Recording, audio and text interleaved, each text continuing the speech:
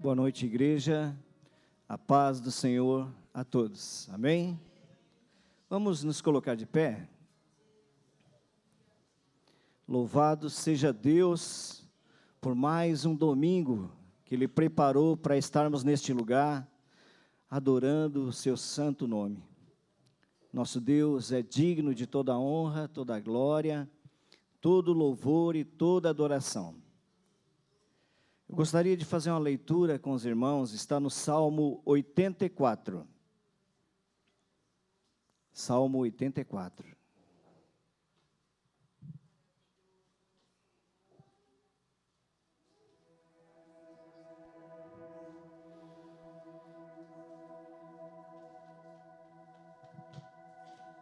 Amém?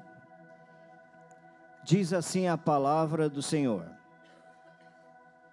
quão amáveis são os teus tabernáculos, Senhor dos exércitos. A minha alma suspira e desfalece pelos átrios do Senhor. O meu coração e a minha carne exultam pelo Deus vivo. O pardal encontrou casa, e a andorinha ninho para si, onde acolha os seus filhotes. Os teus altares, Senhor dos exércitos, Rei meu e Deus meu.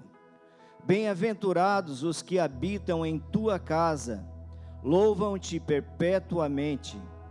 Bem-aventurado o homem cuja força está em ti, em cujo coração se encontram os caminhos aplanados, o qual, passando pelo vale árido, faz dele um manancial de bênçãos, o cobre a primeira chuva. Vão indo de força em força, cada um deles aparece diante de Deus em Sião. Senhor, Deus dos exércitos, escuta-me a oração, presta ouvidos, ó Deus de Jacó. Olha, ó Deus, escudo nosso, e contempla o rosto do teu ungido, pois um dia nos teus átrios vale mais que 1000. Prefiro estar à porta da casa do meu Deus, a permanecer nas tendas da perversidade. Porque o Senhor Deus é sol e escudo, o Senhor da graça e glória. Nenhum bem sonega aos que andam retamente. Ó Senhor dos exércitos, feliz o homem que em ti confia. Amém? Esse salmo, os filhos de Corá que fizeram esse salmo, eu imagino que quando eles iam a Jerusalém, pelo caminho eles iam cantando, se alegrando, e aquela ansiedade no coração deles de chegar lá em Jerusalém e poder estar no templo e adorando ao Senhor.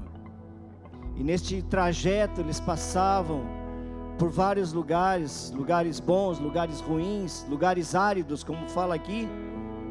E talvez a gente, para chegar aqui essa noite, desde casa a gente já estava se preparando, preparando a roupa para colocar, tomando banho, e a gente já se alegrava já quando pensava em vir à casa do Senhor. A gente sabe que Deus habita no nosso coração, mas para nós aqui é um lugar de encontro onde a gente pode louvar a Deus com liberdade, ter comunhão uns com os outros. Isso nos traz alegria, isso nos traz um anseio tão bom, algo tão agradável, como diz aqui o salmista: quão amáveis são os teus tabernáculos. Como é maravilhoso estar nesse lugar, irmãos. Como é bom poder contemplar a face de cada irmão neste lugar. Saber que nós nos reunimos aqui num só pensamento, num só amor e num só espírito. Que Deus venha receber a nossa gratidão, que Deus venha receber a nossa oração, o nosso louvor. E talvez você tenha passado pelo vale árido, o lugar de choro, lugar de luta, mas mesmo ali o Senhor nos ensina e derrama da sua chuva de bênção sobre cada um de nós. Esse Deus que é digno de honra, de glória e de louvor está neste lugar. A palavra de Deus diz: onde 2 ou 3 estiverem reunidos em meu nome, eu ali estou. O Senhor está aqui. E Ele quer ouvir não somente dos nossos lábios, mas com todo o nosso coração, a nossa gratidão, o louvor que Ele é digno. Bendito Deus, nós te louvamos, Senhor. Obrigado, Senhor Deus, por esta sede em nosso coração, este anseio pela Tua presença, Senhor. Obrigado pela vida de cada irmão aqui neste lugar, que chegou, Senhor, Tu sabes como, Senhor. Muitos alegres, Senhor Deus, mas muitos com lutas, com dificuldades, chegaram a este lugar, Senhor, porque escolheram estar neste lugar, porque vale mais um dia na Tua presença, Senhor, do que em outros lugares 1000, Senhor. Não há lugar melhor do que a Tua presença, Senhor. Pai amado, faz o nosso coração incendiar, faz o nosso coração aquecer, Espírito Santo. Envolve cada irmão, cada irmã neste lugar, desde o menor, Senhor, desde a criancinha ao de mais idade, Senhor. Nós queremos Te honrar, nós queremos Te adorar, ó Pai, em espírito e em verdade. Que este salmo, Senhor, venha representar a nossa vida, a alegria de estarmos aqui neste lugar que o Senhor preparou esta noite, Senhor. Tu és bem-vindo, Senhor.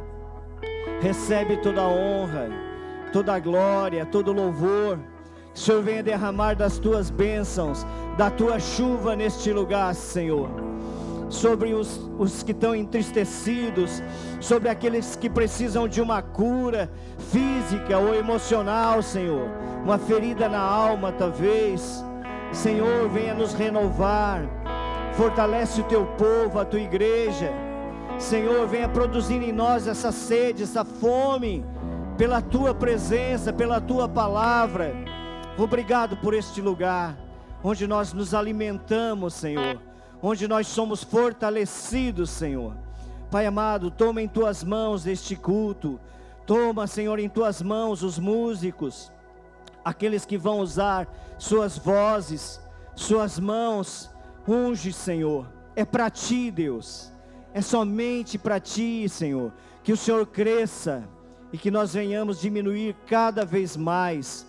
Fala conosco, Senhor, desde agora, Senhor, até o final, e em nossa casa, Senhor, onde nós estivermos, nós queremos estar, Senhor, nos alimentando desta palavra que vai ser falada hoje, Pai. Em nome de Jesus, nós oramos, Te agradecemos, Senhor, e tudo seja para a Tua honra, glória e louvor. Amém? Amém, glória a Deus. Eu te convido a continuar nesse espírito de adoração. Nós rendemos o nosso coração ao Senhor. A palavra do Senhor diz que Deus habita no meio dos louvores. E nós vamos continuar adorando a Jesus, porque Ele está aqui.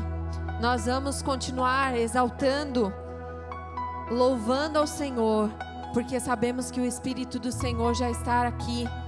Glória a Deus. A palavra do Senhor também diz ainda que a figueira não floresça e não haja fruto na vide, o produto da oliveira minta e os campos não produzam mantimentos. As ovelhas sejam arrebatadas do aprisco e nos currais não haja gado.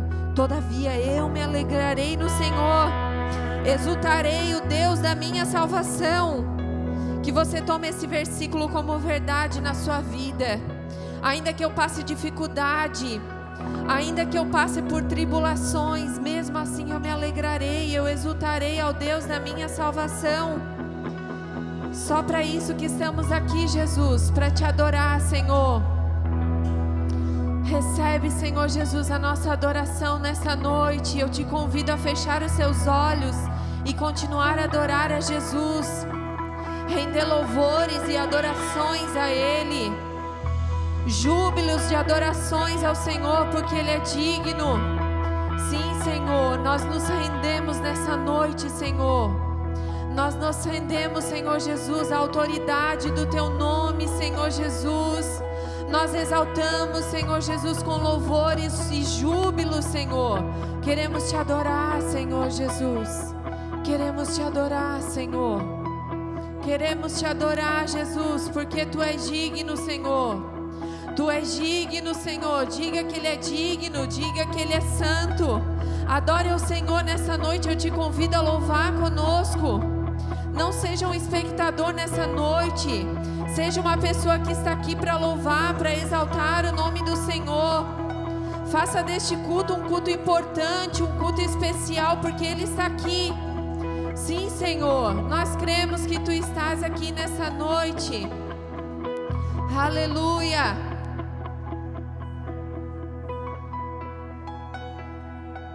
Santo Tu és, Jesus.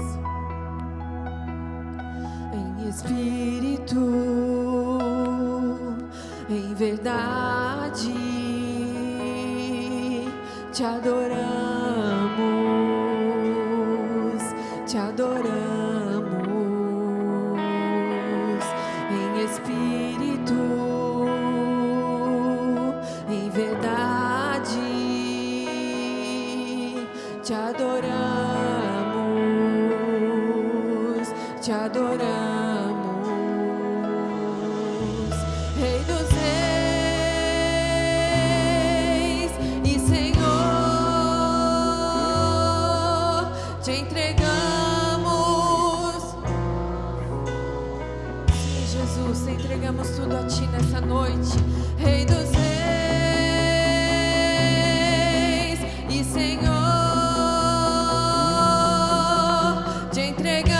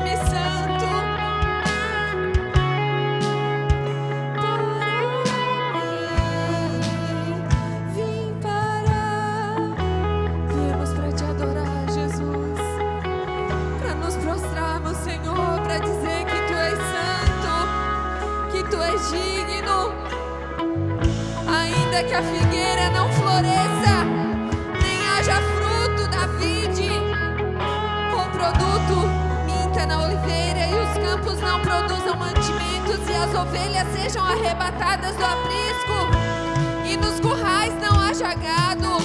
Todavia eu me alegrarei no Senhor, exultarei o Deus da minha salvação. Hoje é o tempo de nós adorarmos ao Senhor. É o tempo de os adoradores adorarão ao Pai em espírito e em verdade. Este é o tempo em que os adoradores adorarão ao Senhor em espírito, em verdade. Sim, Senhor, nós te adoramos em espírito. Tu és digno, Jesus, tão maravilhoso para mim. Aplauda o Senhor que Ele é digno, Ele é maravilhoso. Aleluia.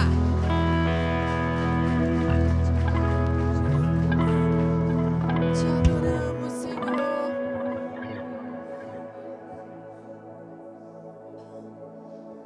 Santo és tu, Senhor. Com nosso coração grato, Senhor, nós queremos louvar a Ti, Senhor. Entregar o nosso aleluia, entregar o nosso coração a Ti, Senhor. Aleluia.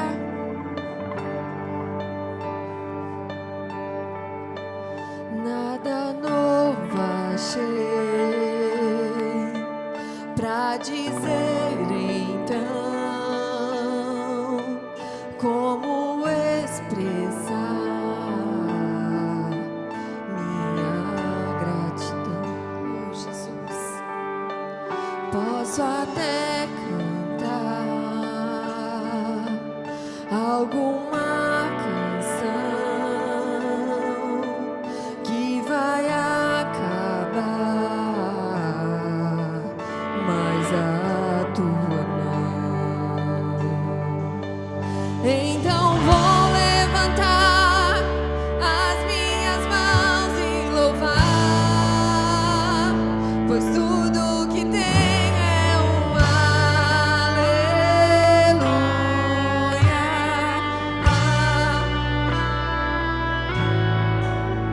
Sei que é simples pra um rei, mas não tenho nada além de um coração cantando aleluia.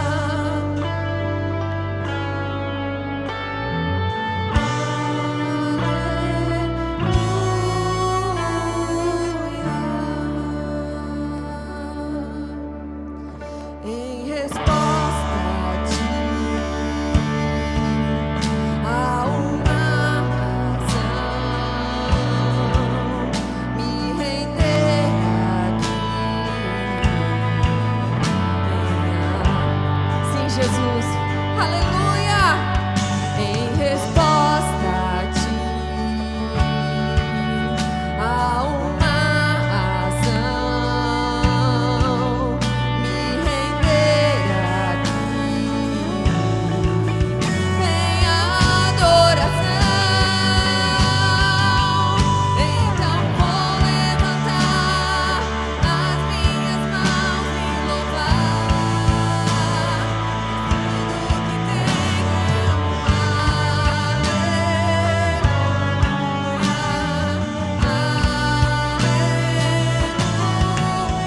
Sei que é simples pra um rei, mas não tenho nada além de um coração cantando aleluia.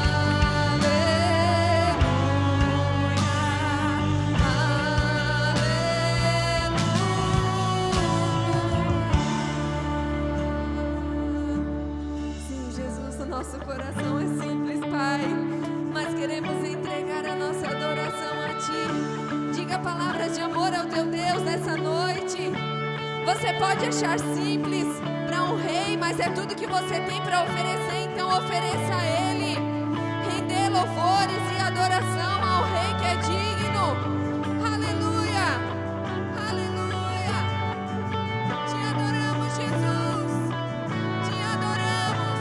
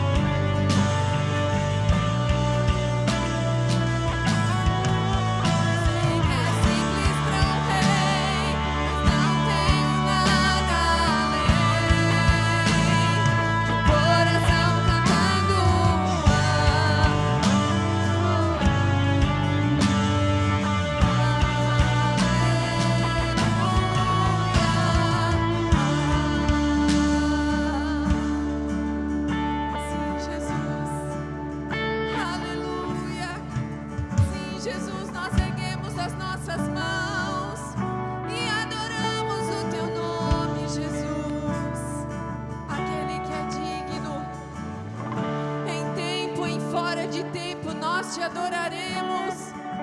Em tempo e fora de tempo, nós renderemos louvor àquele que é digno. Aquele que é digno. Aleluia.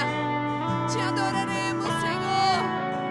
Sim, Jesus, nós renderemos louvores ao teu nome. Renderemos louvores ao teu nome. Tu és digno. Santo, santo. Será que você pode declarar santo? Santo, santo, santo, santo, digno, digno de receber louvores. Santo, santo, como os anjos cantam, nós louvaremos a ti. Sim, Jesus.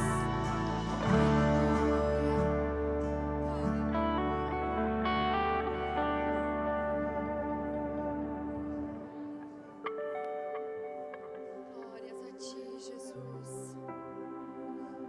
Santo tu és, Senhor. Te adoramos, Jesus. Te adoramos, Senhor.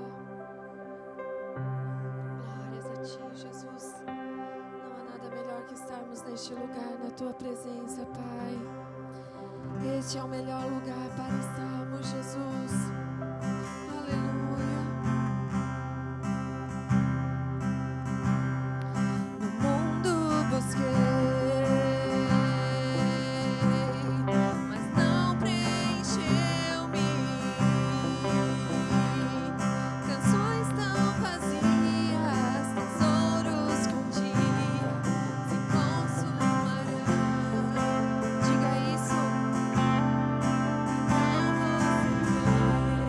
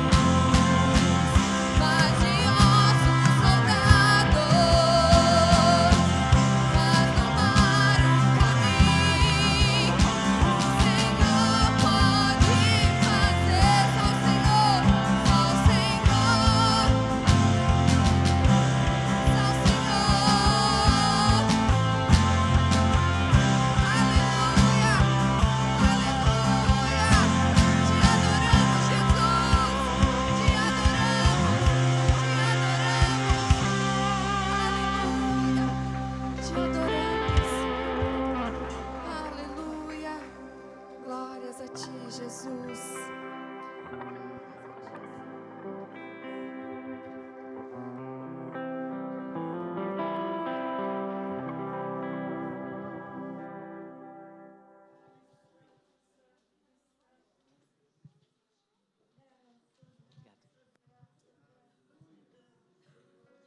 A paz do Senhor a todos. Podemos sentar, por gentileza.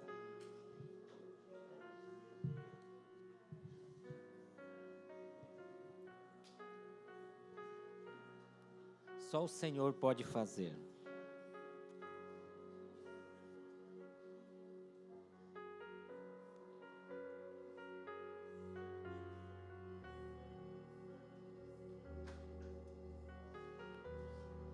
Quem pode se salvar? Para o homem é impossível, mas para Deus nada é impossível. Só o Senhor pode nos salvar.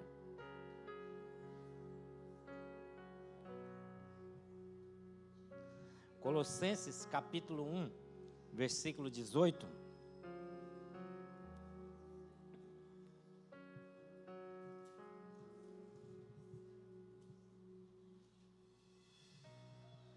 Vamos falar um pouco sobre esse Deus maravilhoso.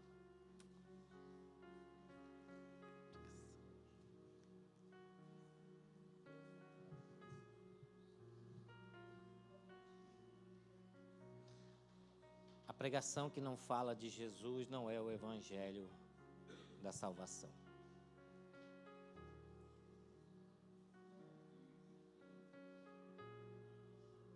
A pregação em que a pessoa de Cristo não é mencionada, não é o evangelho da salvação. A pregação em que a obra propiciatória de Cristo não é mencionada, não é pregação do evangelho. Pode até satisfazer o nosso ego, mas jamais vai satisfazer a nossa alma. Porque a nossa alma é satisfeita na pessoa de Cristo e na sua obra consumada na cruz. Amém? Colossenses 1, 18. Diz assim: e Ele, Jesus Cristo, Ele é a cabeça do corpo da igreja. É o princípio e o primogênito dentre os mortos, para que em tudo tenha preeminência. Porque foi do agrado do Pai que toda plenitude habitasse nele, e que, havendo por ele feito a paz pelo sangue da sua cruz, por meio dele reconciliasse consigo mesmo todas as coisas, tanto a que estão na terra como a que estão nos céus. A vós também, que no outro tempo éreis estranhos e inimigos no entendimento pelas vossas obras más, agora, contudo, vos reconciliou no corpo da sua carne, pela morte, para perante ele vos apresentar santos e irrepreensíveis e inculpáveis. Se na verdade permaneceis fundados e firmes na fé, e não vos moverdes da esperança do evangelho que tendes ouvido, o qual foi pregado a toda criatura que há debaixo do céu, e do qual eu, Paulo, estou feito ministro. Amém? Nenhuma doutrina foi mais atacada ao longo dos séculos do que a doutrina de Cristo. A doutrina de Cristo, ela sempre foi atacada. Cristo sempre foi atacada. Ainda hoje, muitos se levantam para atacar o eterno Filho de Deus, tentando, de uma forma ou de outra, despojá-lo da sua divindade. Existem muitos tentando despojar a divindade de Cristo, despojá-lo da sua divindade, da sua perfeita humanidade também. Isso sempre foi atacado desde a fundação da igreja. A divindade de Cristo foi atacada. A perfeita humanidade de Cristo também foi atacada, tentando despojá-lo do Deus que se fez homem perfeito para morrer por nós e nos reconciliar com Deus. Paulo fala nessa epístola de Colossenses 4 relações básicas de Jesus. Ele fala da relação de Jesus com a sua divindade. Ele reforça que Jesus é Deus. Ele fala da relação de Jesus com a criação. Ele que criou todas as coisas. E ele fala da relação de Jesus com a salvação. Aquele que foi enviado para nos salvar. Mas ele fala nesses versículos que nós acabamos de ler, da relação de Jesus com a igreja. Como a igreja se relaciona com Jesus e qual a ação de Jesus diretamente com a igreja. E ele fala também da relação de Jesus com a reconciliação. Um Deus que nos reconciliou. Ele começa dizendo assim, no versículo 18: Ele é a cabeça do corpo, a igreja. Ele é a cabeça da igreja. Amém? Jesus é a cabeça da igreja. E quando fala em cabeça, fala do cérebro que governa, que comanda a igreja. Nele estão os valores, nele estão os princípios, nele está a verdade absoluta de Deus. Ele é a cabeça da igreja. Primeiro lugar, Cristo é a cabeça da igreja. Nas primeiras cartas de Paulo, Paulo fala da igreja como um corpo de Cristo. Ele fala muito isso sobre o corpo e qual o propósito do corpo, muitos membros, apesar de serem diferentes, mas todos olhando para o mesmo alvo, apesar de funções diferentes, mas funções que se completam para o corpo se mover conforme a vontade de Deus. E em Colossenses, Paulo fala que Cristo governa esse corpo. Não basta nós sermos um corpo, Cristo tem que governar esse corpo. Não basta nós sermos um corpo com dons diferentes, com talentos diferentes, se Cristo não estiver governando esses dons e esses talentos. Senão virou uma bagunça. Cada um vai pensar de um jeito, um vai puxar para um lado, outro vai puxar por outro, e o corpo não vai se mover olhando firmemente para Jesus. Ele fala, tem um propósito. Porque se nós somos um corpo, esse corpo tem que ser governado por Deus.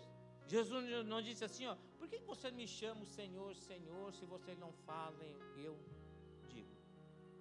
Não adianta nós sermos um corpo que todo mundo chama Jesus de Senhor, Senhor, mas nenhuma parte do corpo faz o que ele fala. Entra em colapso, irmão. Entramos em colapso quando nós paramos de nós todos olharmos para aquilo que Jesus está falando e vivermos conforme a ordenança da cabeça da igreja. Assim como o corpo não sobrevive sem cabeça, uma igreja não existe sem Cristo. Não existe. Pode ser qualquer outra coisa. Pode até funcionar aqui neste mundo. Eles podem até se dar bem, mas nunca vai ser a igreja de Cristo. Porque a igreja de Cristo tem que ser governada por Cristo. Em Mateus 16, 18 diz assim, pois também eu te digo que tu és Pedro, e sobre esta pedra edificarei a minha igreja, e as portas do inferno não prevalecerão contra ela.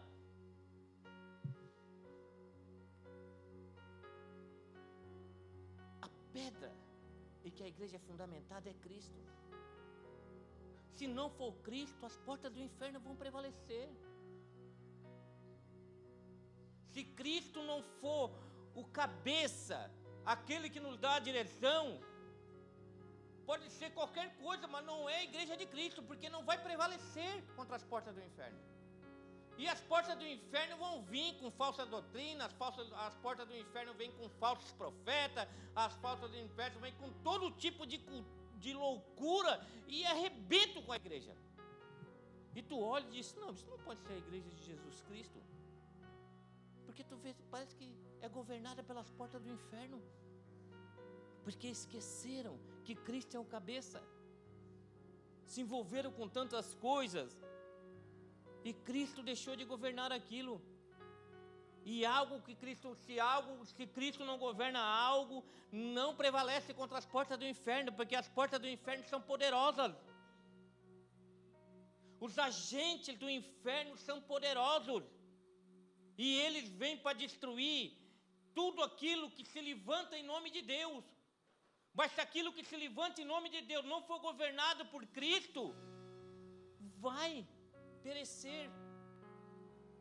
A gente pode até olhar e dizer, mas tem tanta gente, é tão rico, tem ouro, tem riqueza, mas não estão prevalecendo contra as portas do inferno. Porque impera o orgulho, impera tanta coisa ali, menos o amor de Cristo. E eles podem viver até a volta de Jesus daquele jeito. E um dia vão dizer, mas em teu nome nós fizemos aquilo, em teu nome nós expulsamos demônios. Jesus vai dizer, não, mas não conheço vocês, porque vocês se deixaram vencer pelas portas do inferno.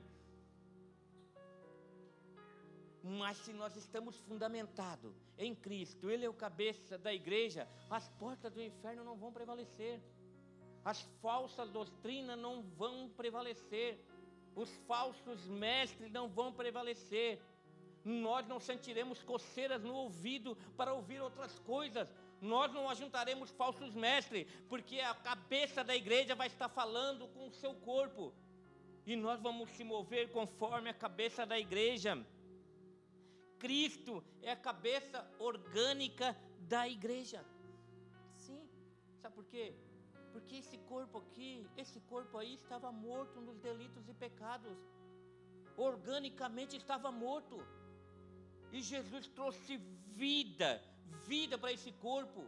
Ele nos resgatou do império das trevas e nos trouxe para o seu reino, o reino do Filho do seu amor, o reino de paz. Então, organicamente nos tornamos vivos. Ele mudou o nosso modo de pensar, o nosso modo de olhar, abriu os nossos olhos. Organicamente estamos vivos. Cristo também é o cabeça governante da igreja.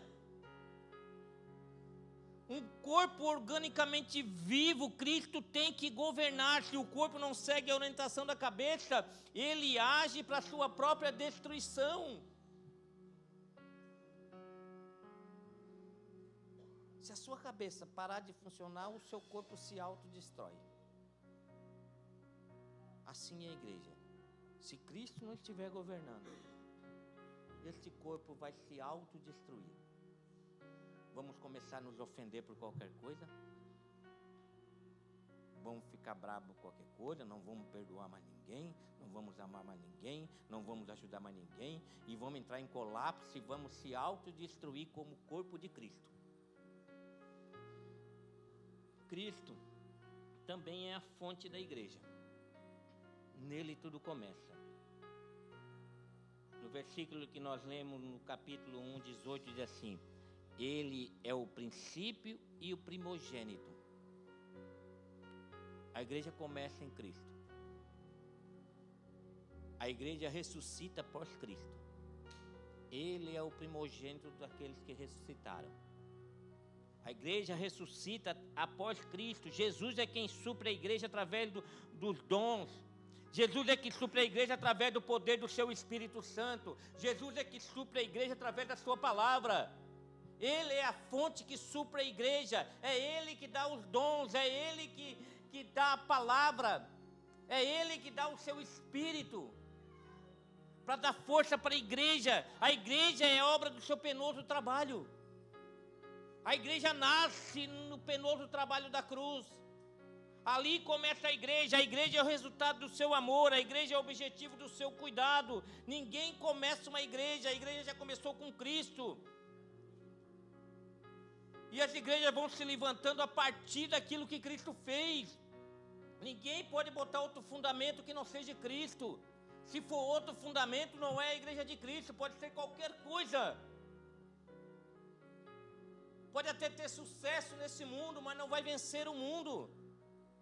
Porque sem Cristo ela não prevalece contra as portas do inferno. Sem Cristo ela é derrotada diante das investidas do inferno. Cristo é também o vencedor da morte. O primogênito dentre os mortos, versículo 18. Ele é o primeiro dentre os mortos, porque ele venceu a morte. Jesus ressuscitou para nunca mais morrer. E essa ressurreição que está nos esperando, não é uma ressurreição para depois morrer de novo. É uma ressurreição para nunca mais morrer. A ressurreição de Cristo é a razão da igreja existir. Se Cristo não ressuscitasse, não tinha razão para a igreja existir. Não precisava ter igreja, não precisávamos estarmos aqui. Mas quando Cristo ressuscita, ele sim, você tem razão para continuar acreditando. Porque mesmo que você morra, você continuar acreditando, você viverá. Porque é o mesmo Deus que ressuscitou Jesus Cristo do morto, é o mesmo que virá nos ressuscitar no último dia. Essa é a esperança do Evangelho. A ressurreição de Cristo mostra que existe uma nova vida para a igreja.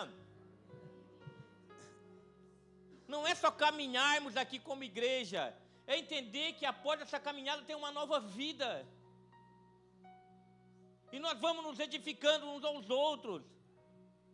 Uma geração conta as maravilhas para outra geração. E as maravilhas é que Cristo é o cabeça. Essa é a grande maravilha. E uma geração vai contando a maravilha para outra geração, e essa geração vai vencendo as portas do inferno, e a outra também vai vencendo até a volta de Jesus.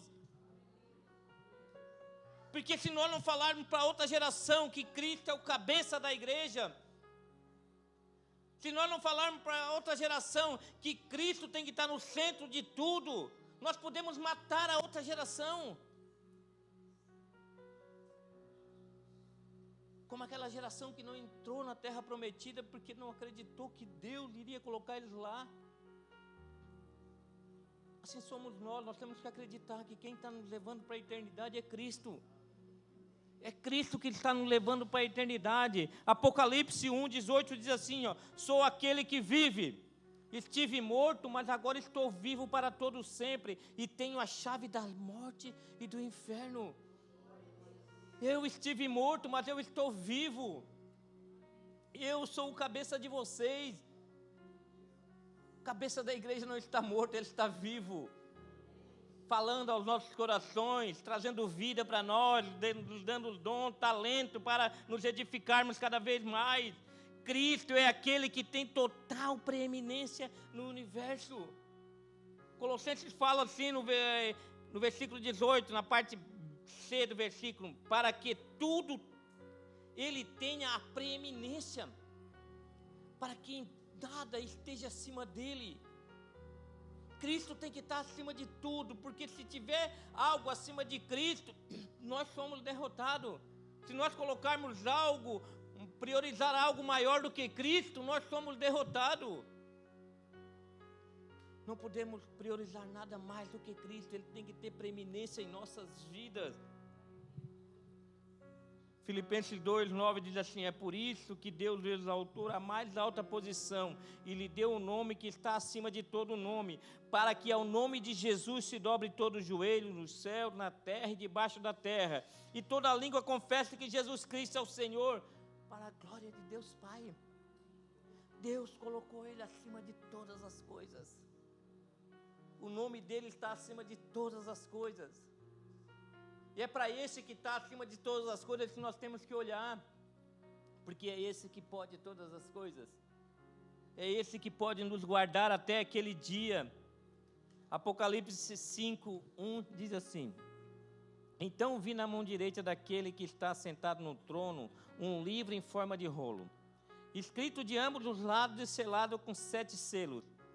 Vi um anjo poderoso proclamando em alta voz: quem é digno de romper os selos e de abrir o livro? Mas não havia ninguém no céu. Não havia ninguém, nem no céu, nem na terra, nem debaixo da terra, que pudesse abrir o livro, ou sequer olhar para o livro. E João diz assim: eu chorava muito, porque não havia ninguém que fosse digno de abrir o livro e de olhar para ele. Então um dos anciões me disse: não chores, João. Eis que o leão da tribo de Judá, a raiz de Davi, venceu para abrir o livro e os seus 7 selos. Ele venceu. Ele é digno, ele tem a preeminência, ele está acima de tudo. Ninguém pode abrir os livros, ninguém pode abrir os selos, mas ele pode, porque Deus deu isso a ele, porque na cruz ele venceu todas essas coisas. No versículo 12 de Apocalipse 5 continua assim: e cantavam em alta voz: digno é o cordeiro que foi morto de receber poder, riqueza, sabedoria, força, honra, glória e louvor. Depois ouvi todas as criaturas existentes no céu, na terra, debaixo da terra, no mar, e tudo que neles há, que diziam: aquele que está sentado no trono e ao cordeiro sejam o louvor, a honra, a glória e o poder para todo o sempre. Aquele que está sentado no trono, cantavam em alta voz: digno é o cordeiro que foi morto, recebeu poder, riqueza, sabedoria, força, honra, glória e louvor. Cristo é aquele que reside toda a plenitude de Deus.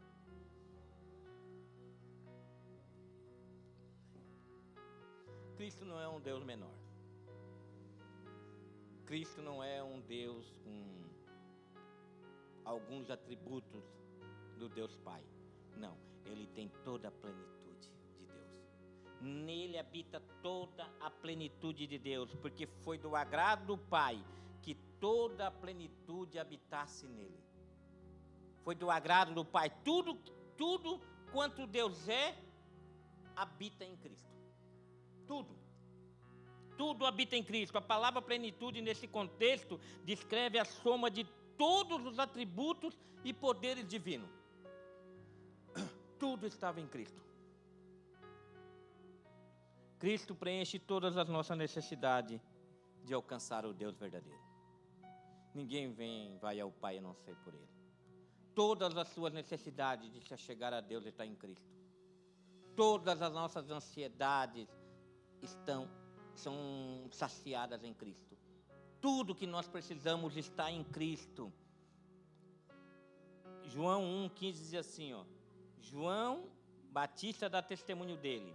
Ele exclama: este é aquele de quem eu falei. Aquele que vem depois de mim é superior a mim, porque já existia antes de mim. Todos recebemos da sua plenitude, graça sobre graça. Nós recebemos isso, porque nós cremos que Ele é o Deus vivo que habita em nós. Colossenses 2,9 diz assim: pois em Cristo habita corporalmente toda a plenitude da divindade. Toda a plenitude da divindade. Então, sendo Cristo o cabeça da igreja, sendo Cristo a fonte da igreja, sendo Cristo o vencedor da morte, tendo toda a preeminência de todo o universo, aquele que reside toda a plenitude de Deus, o torna apto para ser o autor da reconciliação. Amém? Porque senão ele não poderia nos reconciliar com Deus. Colossenses 1,20: e que havendo por ele feito a paz pelo sangue na cruz, por meio dele reconciliasse consigo mesmo todas as coisas, tanto as que estão na terra como as que estão no céu. E vós também, que no outro tempo erais estranhos, inimigos, no entendimento, pelas vossas obras más, agora contudo vos reconciliou no corpo de sua carne pela morte, para perante ele vos apresentar santos, irrepreensíveis e inculpáveis, Se na verdade permaneceres fundados na esperança do evangelho que tendes ouvido, o qual foi pregado a toda criatura que há debaixo do céu, e do qual eu, Paulo, estou feito ministro. Reconciliação. Você sabe o que significa reconciliação? É mudar de inimizade para amizade. Reconciliação é nos tornar amigo de Deus. Por quê? Porque nós éramos inimigos de Deus. Ou você acha que você sempre foi amiguinho de Deus? Não, nós éramos inimigos de Deus. Nós tínhamos raiva de Deus. Nós não queríamos nada com Deus. Os valores de Deus a gente aceitava até certo ponto, mas chegava uma hora que a gente dizia, não, chega, isso não dá. Esse papo aí não é para mim. Nós queríamos briga com Deus. Mas Cristo foi aquele que na reconciliação nos fez amigos de Deus. O Espírito Santo veio e nos convenceu do pecado, nos convenceu que nós éramos inimigos de Deus. Eu achava que não era inimigo de Deus. Achava que estava tudo bem, eu e Deus. Não, está tudo tranquilo, eu e Deus. Até me chama assim, ó. Aí o Espírito Santo veio e disse, não, tu é inimigo de Deus. Tu é um pecador, e me convenceu, irmão. Porque antes eu sabia que eu fazia as coisas erradas. Até senti um certo remorso, mas nunca me convenci, nunca senti nojo daquilo. Mas o Espírito Santo teve que vir a mim dizer, me reconciliar, dizendo assim, ei, tu é inimigo de Deus. E quando eu me convenci que era inimigo de Deus, eu assim, estou perdido. Quem me salvará? Daí ele vem e me apresenta Jesus. Ele apresenta Jesus, é a obra da reconciliação de Jesus. E ele diz, esse Jesus é o Deus que venceu a morte. É o Deus que habita toda a plenitude de Deus. É o Deus que está acima de todas as coisas. Pode confiar nele. Por mais que você olhe para você e esse convencimento te esmague e acha que não tem jeito, confia que ele tem poder de te reconciliar com Deus. Porque ele morreu no teu lugar para alcançar a reconciliação. E Jesus, ele é essa fonte da reconciliação. É a fonte, começa nele. É quando nós bebemos dessa fonte que nós entendemos do propósito da reconciliação. Porque é uma profunda necessidade de reconciliação entre Deus e o homem. Existe uma necessidade dessa reconciliação.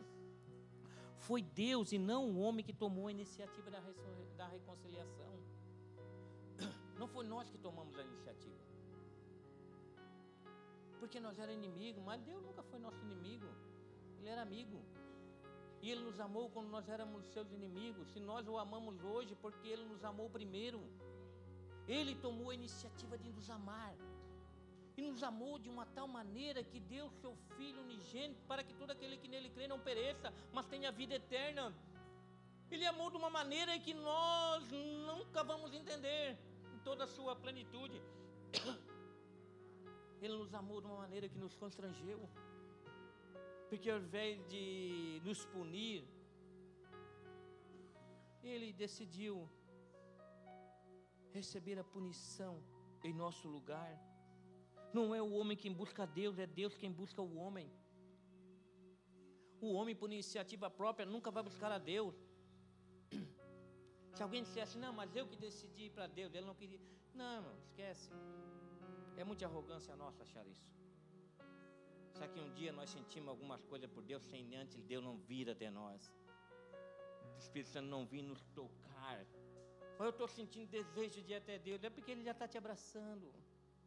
É porque Ele já começou a te tocar. Esse desejo partiu, nosso coração partiu dEle. Salmo 145, 18 diz assim, ó, perto está o Senhor de todos os que invocam, de todos os que invocam em verdade. Quando nós começamos a invocar o Senhor em verdade, é porque Ele está perto de nós, Ele já chegou até nós. Ele está bem pertinho de nós, Ele não está lá distante, nem olhando para nós, não está nem aí para nós, Ele já está ali do nosso lado, esperando que nós, nos tocando, movendo o nosso coração. Atos 17, 27 diz assim, ó, para que o buscassem ao Senhor, se porventura tateando pudesse achar ainda que não está longe de cada um de nós. É Ele que se chegou a nós. Ele assim, ó, porventura tateando, mas eu não estou vendo. Sai tateando aí, vai batendo, daqui a pouco tu vai bater nele, porque ele está tão pertinho, que tu vai encostar nele, porque ele está te buscando, ele está te procurando, ele veio até ti. E esse cheirinho que tu está sentindo é porque ele já está perto de ti, esse desejo, ele já está aí querendo que tu toque nele. Então sai, mas eu não estou enxergando, sai tateando, sai batendo, você vai bater nele, você vai encostar nele. Perto está o Senhor, Ele não está longe, Ele veio para perto de nós, Ele veio até nós. O sangue de Cristo é a fonte dessa reconciliação. É pelo sangue dele. A reconciliação não veio através dos seus ensinos. A reconciliação não veio através dos seus milagres. Não, tudo isso não seria suficiente. A reconciliação veio através do seu sangue. O seu sangue derramado, ele teve que morrer. Se Cristo não tivesse derramado o seu sangue e morrido por nós, irmão, nós poderíamos até ter uns ensinamentos bonitos. Nós poderíamos até ser curados desse corpo físico e dar glória a Deus. Oh, recebi um milagre, fui curado. Mas nós jamais nos chegaríamos a Deus. Nós seríamos curados hoje, amanhã, até que chegaria uma hora que esse corpo não ia resistir mais. E mesmo que nós ressuscitássemos, nós iríamos morrer de novo. Mas o sangue abriu um novo e vivo caminho para a eternidade. Então Cristo teve que derramar o seu sangue. Sem o sangue de Cristo, nada. Ele veio e foi para morrer, irmão.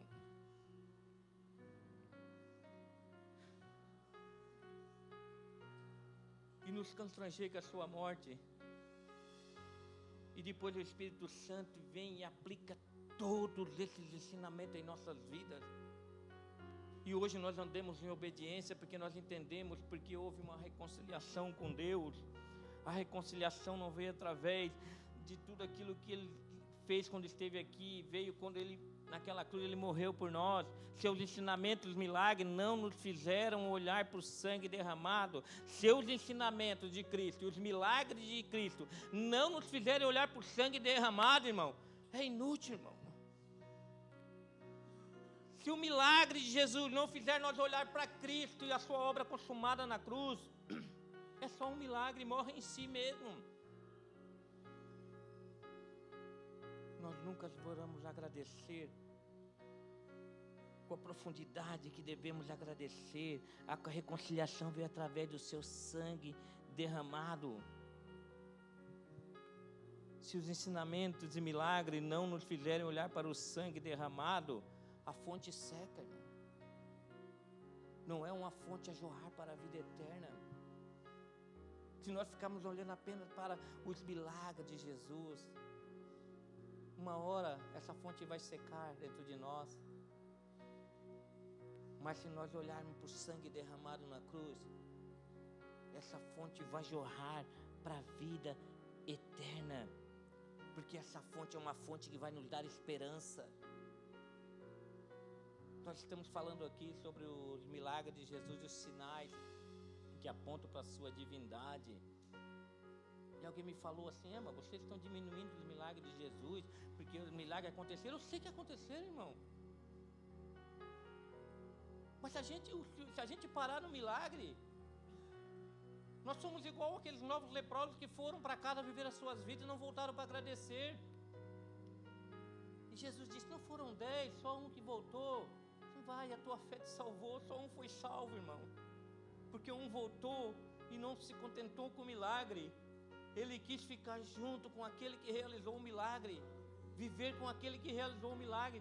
Na verdade, os nossos ensinos nos aviva é para exaltar acima de todas as coisas os milagres de Jesus. É para fazer que as pessoas que recebem o milagre não parem no milagre, mas olhem para ele e continuem olhando para a eternidade. Quantas pessoas vocês conhecem que receberam o milagre de Jesus e depois abandonaram Jesus? Porque o milagre foi um fim em si mesmo. Lembra do testemunho daquela irmã em Tubarão ali? Foi no aniversário da igreja. Que ela estava com uma enfermidade. E alguém convidou ela para ir para a igreja, que Jesus poderia curar essa enfermidade dela. E ela falou para uma amiga dela que ia para baile com ela, ia para festa com ela: eu vou lá na igreja, porque dizem que lá, se orar, os irmãos oram lá, eles têm fé, Jesus me cura. A amiga dela assim: tá, pode ser, vai lá. Mas depois que for curada, tu volta para bagunça comigo. Não me abandona, não me deixa sozinho na bagunça. E ela foi curada. Só que ela disse que ela não voltou para a bagunça, porque ela não parou na bênção. Ela olhou para o dono da bênção, e 20 anos depois ela estava lá dando testemunho. Não, eu não voltei mais, porque eu não parei no milagre, porque o milagre foi um sinal para me olhar para Ele e me dar esperança de saber que a vida não é isso aqui, a vida vai além disso aqui. Deus é justo porque puniu os nossos pecados. Tinha que ser punido os nossos pecados, porque senão Ele não era justo. Mas Deus é amor porque deu seu Filho para morrer em nosso lugar. A justiça de Deus e o amor de Deus nos trouxe reconciliação com Ele. E o alcance dessa reconciliação, irmão, é para todo aquele que crê. E que, havendo por Ele feito a paz pelo sangue na sua cruz, por meio dele reconciliasse mesmo todas as coisas, tanto as que estão na terra como as que estão no céu. E vós também, que no outro tempo era estranho, inimigo no entendimento pelas vossas obras más, agora contudo vos reconciliou. A reconciliação alcançou todo o universo. Todo o universo. Colossenses 1:20 diz assim: por meio dele reconciliasse consigo mesmo todas as coisas, tanto as que estão na terra como as que estão no céu. Romanos 8:20, porque a criação foi sujeita à vaidade, não por sua vontade, mas por causa do que a sujeitou, na esperança de que também a mesma criatura será libertada da servidão, da corrupção, para a liberdade da glória dos filhos de Deus. Porque sabemos que toda a criação geme e está juntamente com dores de parto até agora. Ele reconciliou todo o universo, todas as coisas. A reconciliação alcançou principalmente nós, pecadores perdidos. Vós também, que no outro tempo eram estranhos e inimigos no entendimento pelas vossas obras más, agora contudo vos reconciliou. O entendimento errado produz obras malignas, irmão. Ele reconciliou e nos deu um novo entendimento. E nós não mais nos conformamos com este mundo. Nós fomos transformados pela renovação da nossa mente e conhecemos o que? A boa, agradável e perfeita vontade de Deus. Porque como inimigo, jamais diríamos que a vontade de Deus era boa, jamais diríamos que a vontade de Deus era agradável, muito menos perfeita. Como inimigo, a vontade de Deus era ruim. Como inimigo, a vontade de Deus era desagradável. Como inimigo, a vontade de Deus era imperfeita para nós. Mas quando Ele reconciliou no nosso entendimento, nós começamos o nosso entendimento renovado, nós começamos a dar frutos de arrependimento.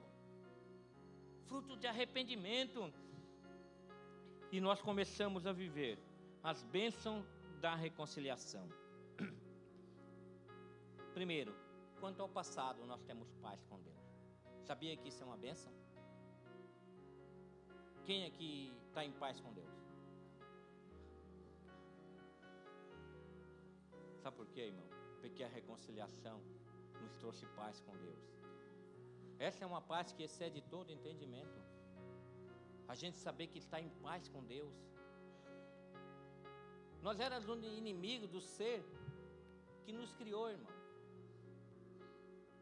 Mais poderoso do universo. Como poderíamos travar uma batalha contra esse inimigo? Mas esse inimigo, ao invés de nos destruir, ele nos trouxe paz, nos reconciliando com ele. Ao invés de nos destruir, ele levantou a bandeira da paz.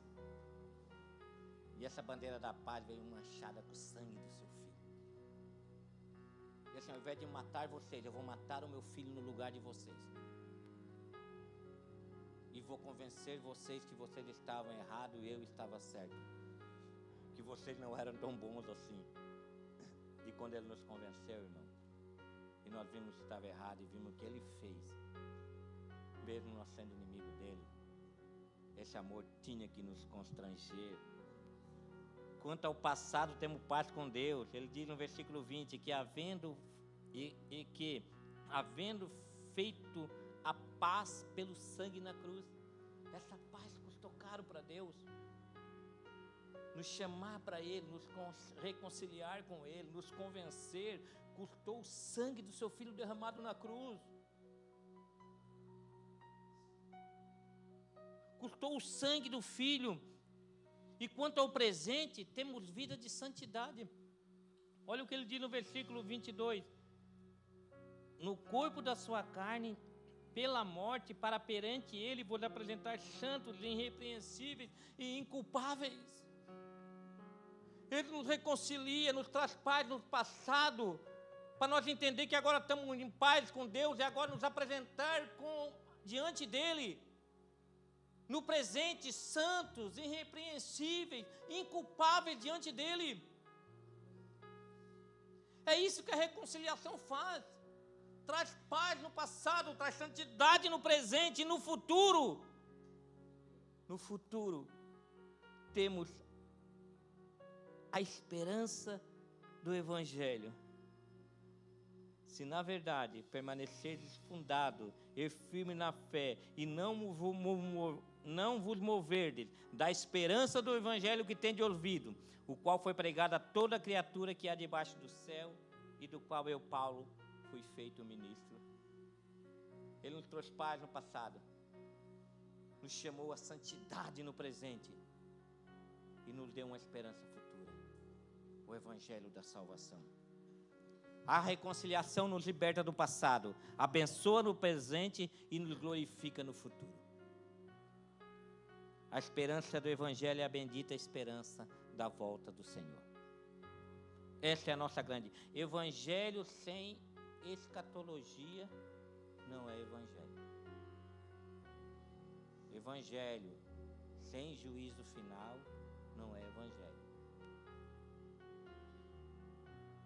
Evangelho só para essa vida nos torna miseráveis, os mais miseráveis dos homens. Evangelho para viver só essa vida, para viver só os ensinamentos de Jesus, para viver só os milagres de Jesus, não tem. Os ensinamentos são importantes, os milagres são importantes, mas sem o sangue derramado para nos levar para a eternidade no futuro, irmãos, não é Evangelho. Olhe para o sangue derramado. Vivam os ensinos de Jesus. Amem o próximo. Busquem os milagres. Agradeçam pelos milagres. Mas não deixem de olhar para o sangue derramado na cruz. Porque senão a gente acaba com a miséria desse mundo. Mas o que Deus tem para nós não é miséria. O que Deus tem para nós é uma vida em abundância na eternidade. Nós temos que entender das evidências da reconciliação. Os salvos mostram essas evidências. Os reconciliados com Deus têm que ter evidência. Colossenses 1:23 diz assim, ó: se na verdade permaneceres fundados e firmes na fé, não vos moverdes da esperança do Evangelho que tendes ouvido. A evidência é permanecer fundados e firmes na fé. Eu sei que uma pessoa é reconciliada com Deus se ela está fundamentada e firme na fé do Evangelho. Se ela não está fundamentada nisso, ela não se reconciliou com Deus ainda. Ela não aceitou a reconciliação de Deus. Paulo fala de firmeza e constância. Os salvos são aqueles que perseveram até o fim. Os salvos são aqueles que perseveram até o fim. Mateus 24:3 assim, mas aqueles que perseverarem até o fim será salvo. Os salvos vão perseverar até o fim. Eles vão estar firmes na esperança do Evangelho. perseverança na comunhão de Cristo é a única base válida para a segurança da salvação. Única base. Se você continua em comunhão com Cristo, é uma base que você foi alguém que se reconciliou com Deus. Mas se é aquele com altos e baixos, aí volta. Daqui a pouco está negando a Cristo, falando mal da igreja, falando mal de todo mundo. Não consegue, não tem uma base sólida na salvação de Cristo.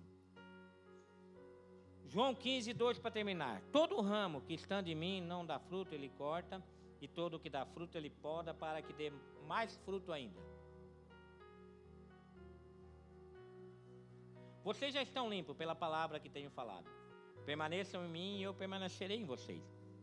Nenhum ramo pode dar fruto por si mesmo. Se não permanecer na videira, vocês também não podem dar fruto se não permanecerem em mim. Eu sou a videira, vocês são os ramos. Se alguém permanecer em mim e eu nele, esse dará muito fruto, pois sem mim vocês não podem fazer coisa alguma. Se alguém não permanecer em mim, será como o ramo que é jogado fora e seca. Tais ramos são apanhados, lançados ao fogo e queimados. A constância na esperança do Evangelho. Permanecer firme em Cristo. Colossenses 1:23 diz assim: do Evangelho que vocês ouviram e que tem sido proclamado a todos os que estão debaixo do céu. Este é o Evangelho do qual eu, Paulo, me tornei ministro. A nossa vida tem que ser esta mensagem. Todos nós somos ministros do Evangelho. O nosso comportamento é uma ministração do Evangelho. O que falamos é uma ministração do Evangelho. A nossa vida tem que ministrar o Evangelho. Isso é uma evidência da reconciliação. Os reconciliados com Deus, eles ministram reconciliação. Os reconciliados com Deus sabem que tem gente aí que ainda é inimigo de Deus, mesmo que eles não saibam. Mesmo que eles não saibam. Pessoas que estão apanhando da porta do inferno aí. Estão sendo vencidos pelas portas do inferno, mas pensam que está tudo bem. Mas não. Eles precisam se reconciliar com Deus. Trazer paz para o futuro deles. Viver tudo que a santidade do presente que Deus vai produzir através das nossas vidas. E nos garantir uma esperança no futuro. O que se afastam da esperança do Evangelho nunca foram reconciliados com Deus. Nunca foram reconciliados com Deus. Sejam constantes. Muitos vão agir para tentar parar você. Muitas coisas externas vão agir para tentar parar você. Agentes externos como falsos mestres, agentes externos como doutrinas enganosas e o próprio Satanás vão agir para roubar essa esperança do nosso coração. E roubando a esperança, ele rouba uma vida de santidade. E roubando a vida de santidade, ele rouba a paz. Faz a gente começar a olhar para o passado e voltar aos enganos que nós vivíamos antes. Mas não se esqueça que você tem vontade própria, tá?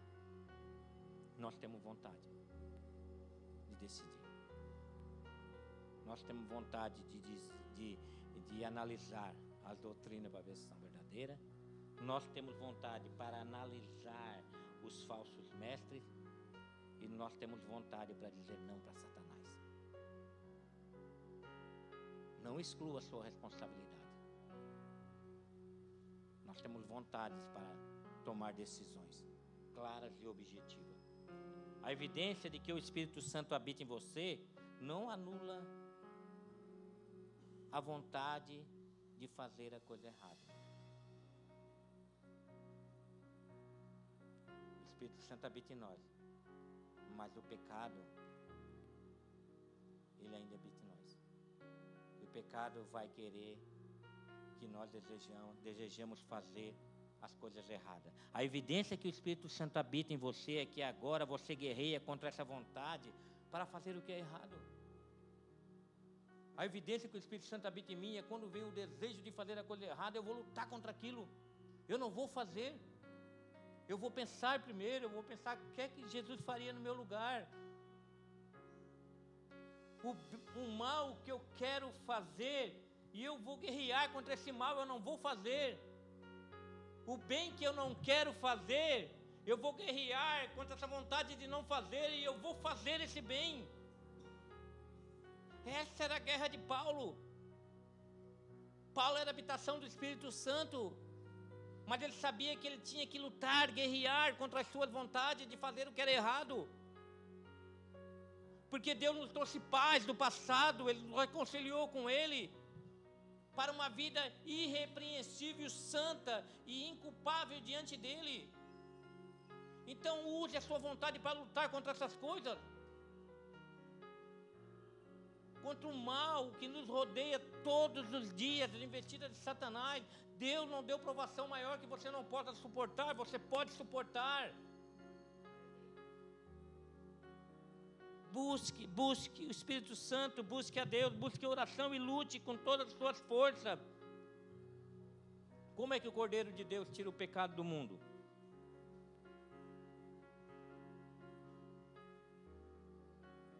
Primeiro Ele morre na cruz por nós.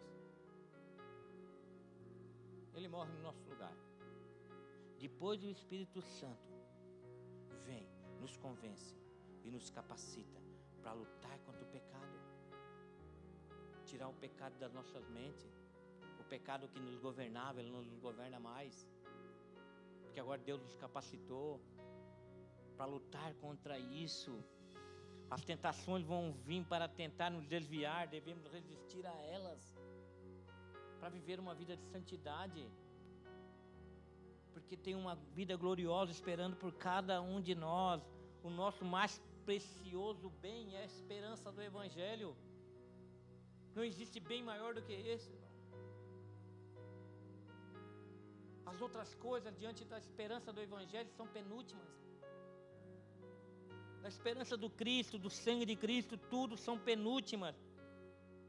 A nossa esperança é que Jesus venceu e vai voltar. Uma pessoa que perde a esperança da volta de Jesus está declarando a todos os pulmões que Jesus falhou na sua missão de reconciliação. Está declarando que Jesus falhou, mas Ele não falhou. Ele está vivo. Como Ele prometeu que viria a primeira vez, e veio, Ele prometeu que voltaria, e Ele não é homem para que minta, nem filho do homem para que se arrependa daquilo que Ele falou. Ele vai voltar. Então viva a reconciliação de Cristo. Só Ele poderia nos reconciliar com Deus. Viva a paz de Cristo. Viva a santidade que Ele nos chamou para viver.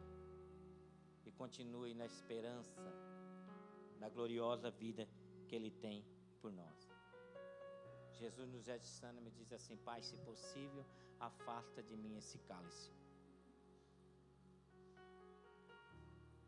Se tem uma coisa que não é possível para Deus, é ir contra a sua própria vontade. A vontade de Deus é que Jesus bebesse aquele cálice. Jesus disse: Pai, eu sei que não é possível voltar atrás. Por isso seja feita a tua vontade e não a minha.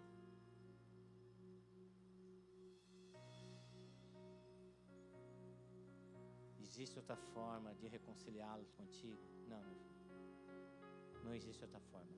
O sangue precisa ser derramado.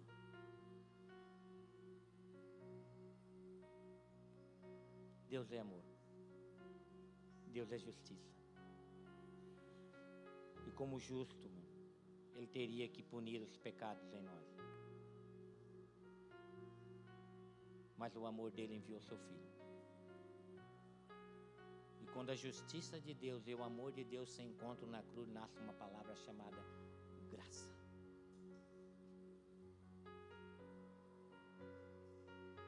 Nasce uma palavra chamada graça, que é algo não merecido.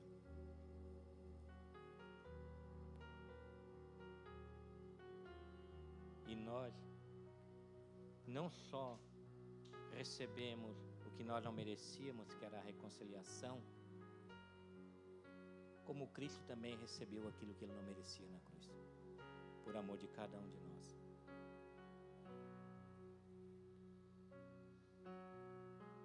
Quando Abraão estava indo para o monte sacrificar seu filho, a cabeça de Abraão deve ter passado aqui: Deus não aceita sacrifício humano.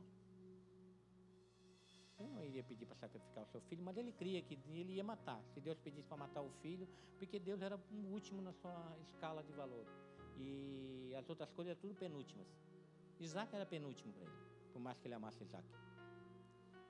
Mas ele ia matar e dizia assim, ó, Deus pode, tem promessa sobre esse filho, então Deus pode até ressuscitar ele. Mesmo depois de eu matar, Deus pode ressuscitar, mas eu vou ter que matar. Deus pediu para matar o meu filho. Imagina Satanás vendo essa cena. Olhando, pensando assim, que loucura. Deus pediu para ele matar o filho dele. Satanás deve ter pensado, ele falou que ia mandar a semente da mulher pisar na minha cabeça. Será que esse Isaac aí é a semente da mulher? Satanás nunca soube quem era a semente da mulher. Ele soube no Jordão, ele ficou sabendo. Será que é esse aí que é a semente da mulher? E quando Isaac pergunta para o pai, está aqui o cutelo, está aqui o fogo, mas cadê o cordeiro? Abraão disse, Deus proverá, meu filho. Ele vai prover um cordeiro. E quando ele vai matar o filho, a voz brada do alto disse, não toque no menino. Satanás deve ter olhado e ficado bugado, Wagner. O que foi que houve? Não toca no menino. Não mandou matar, agora não vai matar mais? Daí ele olha para um lado e vê um cordeiro engalhado com chifre no ramo. E ele tira o filho do holocausto e traz o cordeiro. E sacrifica o cordeiro. E volta para casa com seu filho. E depois eles começam a sacrificar cordeiros. Mata cordeiro, mata bode. E vão matando. Satanás deve ter olhado para tudo aquilo e disse, isso aí não vai funcionar. Quem pecou foi um homem que não tinha pecado. Como que um animal pode... E ele sabia que não funcionava mesmo, porque todo ano eles tinham que matar. E dá-lhe matar o cordeiro, e vai-lhe matar, e dá-lhe matar. Porque depois que eles saíram dali, eles pecavam de novo. Aí tinham que voltar. Não tinham paz com Deus. Acreditavam na vinda de um Messias futuro. E isso é que fazia com que os sacrifícios eram válidos para purificar os pecados deles. Uma vez alguém falou para mim assim, mas Satanás soube toda a vida quem era Jesus. Não, ele não sabia quem era Jesus.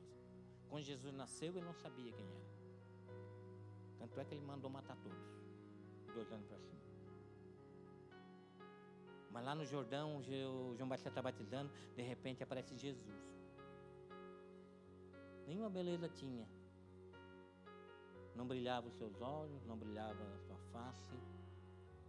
Normal, igual todos eles, igual todo ser humano. Achado na aparência humana.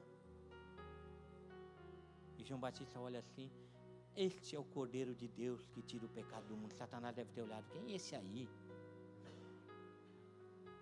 Estou conjecturando, irmão. Esse aí é o Cordeiro de Deus que tira o pecado do mundo. E a voz brada do céu e confirma, este é o meu Filho amado em quem eu tenho prazer. Então Jesus sai dali e vai para o deserto. E Satanás pensa, eu vou atrás. Porque se Deus tem prazer nele, eu vou fazer Deus ter desgosto dele. Eu vou fazer ele pecar. Eu vou manchar esse cordeiro. E ele tenta Jesus, ele oferece pão para Jesus, transformar pedras em pães. Ele manda Jesus para o lado do pináculo do templo, oferece glória para Jesus. Todos vão te aplaudir, Jesus. Até que ele oferece todos os reinos do mundo para Jesus. O reino dele não era desse mundo.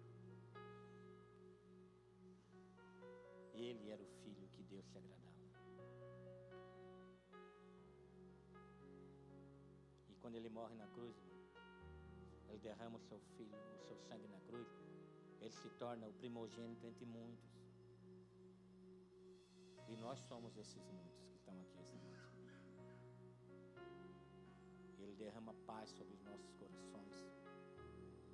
Por isso que a gente se cumprimenta assim, a paz do Senhor. Porque é essa paz que nos sustenta. Outras paz não sustentam nós. Ele derrama paz. E faz com que nós vivemos uma vida em que Deus possa olhar para nós e dizer assim, ó, esses são os meus filhos amados, em quem eu tenho prazer. Então ele vai tentar de todas as formas fazer com que você entristeça o Espírito Santo de Deus. Mas é o que eu falei, nós temos vontade própria. Temos o nosso ajudador, o Espírito Santo, que está conosco, nos fazendo lembrar do que? Daquilo que agrada a Deus. Ele vai fazer você lembrar daquilo que agrada a Deus e vai fazer você lembrar daquilo que desagrada a Deus. Então, quando vier vontade de fazer algo, pense, isso agrada a Deus ou desagrada a Deus? Pergunte para o Espírito Santo, ele vai dizer, não, isso aí desagrada a Deus, não faz. Porque ele se reconciliou com eles e te deu uma esperança eterna. Amém?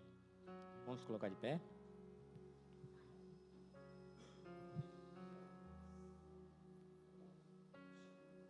E agradecer a Deus pela sua justiça e o seu amor que nos trouxe essa graça maravilhosa.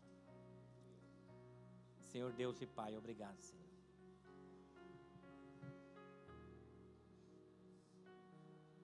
Obrigado porque essa missão não era para homem, essa missão não era para anjos, essa missão só o Senhor poderia realizar.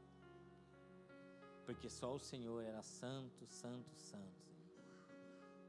Só o Senhor era um cordeiro sem mancha, um cordeiro puro, Senhor. Um cordeiro que tiraria os nossos pecados, nos daria paz, nos moveria em santidade e nos daria esperança da glória eterna. Obrigado, Senhor, por tão grande a reconciliação, Senhor. Obrigado porque o Senhor fez aquilo que era impossível para o homem. O Senhor veio até nós, na forma humana, sim, mas nunca deixou de ser Deus. Nunca perdeu a plenitude de sua santidade. Perfeito em tudo, Senhor. Sofreu o nosso castigo, para que hoje nós pudéssemos estar aqui, Senhor, ouvindo esta palavra, Senhor, que muitos têm combatido, Senhor. Ouvindo essa palavra que fala sobre o Senhor que está acima de todas as coisas, Senhor. Que muitos têm tentado, de uma forma ou de outra, Senhor, tentar destruir nossos corações, mas nós estamos firmados, Senhor. Firmados na rocha que é o Senhor. E nós te pedimos, ajuda-nos, Senhor, a continuar caminhando, Senhor, em santidades, inculpável diante de Ti, e que possamos chegar naquele dia, Senhor, todos juntos, Senhor, alegre, felizes de dizer, valeu a pena ter enfrentado todas as provações, vencido as tentações e sermos agradáveis ao Senhor. Obrigado por tudo, em nome de Jesus. Que o amor do Pai, a graça do nosso Senhor Jesus Cristo e a comunhão do Espírito Santo acompanhe todos vocês. Deus abençoe a todos.